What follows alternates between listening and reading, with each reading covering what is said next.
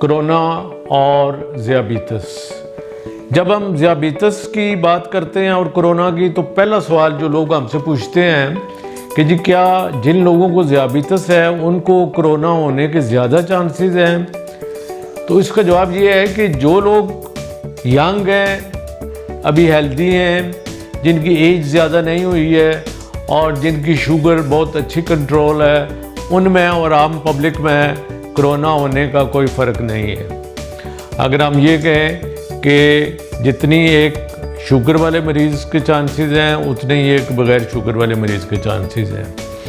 दूसरा सवाल ये पूछा जाता है कि क्या जो शुगर वाला मरीज़ है उसको ज़ियाबीतस के मौजूदगी में कोरोना की जो कॉम्प्लिकेशंस हैं वो ज़्यादा हो सकती हैं।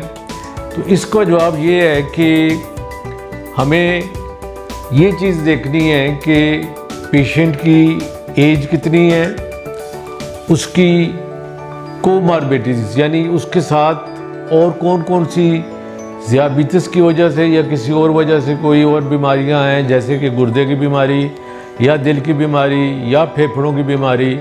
तो अगर इन लोगों में जिनमें ये बीमारियां पहले से मौजूद हैं, उनमें लाजमी बात है कि इनकी पेचीदगियाँ और कॉम्प्लिकेशन होने का डर ज़्यादा है। लेकिन उस सब चीज़ों के लिए ज़रूरी ये है कि आप जो ही आपको इस चीज़ का इल्म हो तो फ़ौरन अपने डॉक्टर से रब्ता करें। अगला सवाल ये है कि इसके लिए हम क्या कर सकते हैं कि अगर एक आदमी को कोरोना हो जाता है और वो डायबिटिक का पेशेंट भी है, तो उसकी लाइफ तो बहुत लिमिट हो जाएगी, वो एक कमरे तक महदूद हो जाएगा। तो उसके लिए पहली बात तो ये है कि आपने स्ट्रेस में नहीं आना, आपने परेशान नहीं होना, आपने घबराना नहीं है, क्योंकि अगर आप स्ट्रेस में आएंगे तो उससे केमिकल हार्मोन निकलेंगे जो आपकी शुगर को बढ़ाएंगे। और सबसे ज़रूरी बात यह है कि आपने इस सारे पीरियड में अपनी शुगर का बैलेंस जो है वो बिल्कुल नॉर्मल रखना है। खाली पेट 120 से ऊपर आपने नहीं जाने देनी और दिन को खाने के बाद या दिन में 160, 170, हद 180 ये आपकी लिमिट होनी चाहिए। इससे नीचे नीचे रखें और रेगुलरली अपनी शुगर चेक करें, क्योंकि जितनी आपकी शुगर ख़राब होगी, जितनी आपका शुगर का लेवल बढ़ेगा, उतनी आपको कॉम्प्लिकेशंस होने की चांसेस बढ़ जाएंगे। क्योंकि अगर आपकी शुगर ज़्यादा होगी तो आपकी जो इम्यूनिटी है, बॉडी का डिफेंस मैकेनिज़्म है, वो भी कमज़ोर हो जाएगा। जरासीम जो होते हैं, इन्फेक्शंस होती हैं, उनका भी बढ़ने का चांस होता है और आप मजमूई तौर पे एक कमज़ोर हालत में आ जाते हैं और जरासीम को हमला करने का मौका मिल जाता है। उसके अलावा आप जब महदूद हो जाएंगे तो फिर आपने एक मेहरबानी ये करनी है कि घर में होंगे तो खाने पीने की चीज़ें वाफर मकदार में पड़ी होंगी, तो प्लीज़ एक तो आप अपनी डाइट का ख्याल रखेंगे, बाकायदा रूटीन बनाकर अपने डाइट की कंट्रोल करना है और कोशिश करनी है कि आपका जो डाइट लेवल है वो शुगर को बढ़ाने में उसका अव्वल दखल कम से कम हो। दूसरी बात यह है कि चूँकि आपका चलना फिरना महदूद हो जाएगा, तो उसमें मेरा ख्याल है कि अगर आपको लगे कि आपका चलना फिरना कम है, जो कि कम होगा, तो आप बैठे बैठे या खड़े होकर छोटी छोटी इनसाइड रूम अपने कमरे के अंदर ही छोटी छोटी एक्सरसाइजेज कर सकते हैं।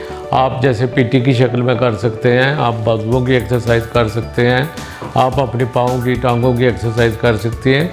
तो आपने बिल्कुल फारग नहीं बैठ जाना और उस दौरान आपने अच्छी अच्छी बुक्स पढ़नी है, अच्छे अच्छे लेक्चर सुनने हैं और अपने आप को मसरूफ़ रखना है।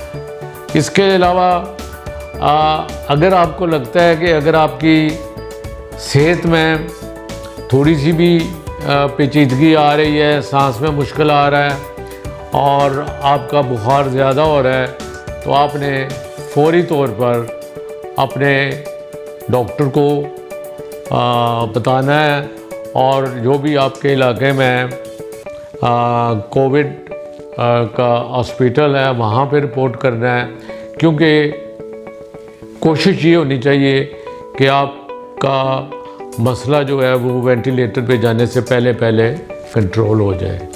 तो उम्मीद है ये चंद एक छोटी छोटी बातें थी और मेरे ख़्याल में कि अगर हम इन पे अमल करें तो हम कोविड के मुकाबले में, बाकी लोगों के मुकाबले में बचत हो सकती है। हार्ट वाले पेशेंट, खासकर हार्ट वाले पेशेंट जिनको हार्ट की पुरानी प्रॉब्लम है, दिल के पुराने मसाइल हैं, क्योंकि इसका एक कॉम्प्लिकेशन ये भी है कि ये क्लॉट बनाता है। जब वो क्लॉट किसी भी खून की नाली में चला जाता है तो उससे हार्ट अटैक होने का या फालज होने का ख़तरा बढ़ जाता है। तो इसलिए वो सारे लोग ज़्यादा रिस्क पे हैं, उनको ज़्यादा एहतियात करनी चाहिए और उनको बर वक्त अपना इलाज कराना चाहिए।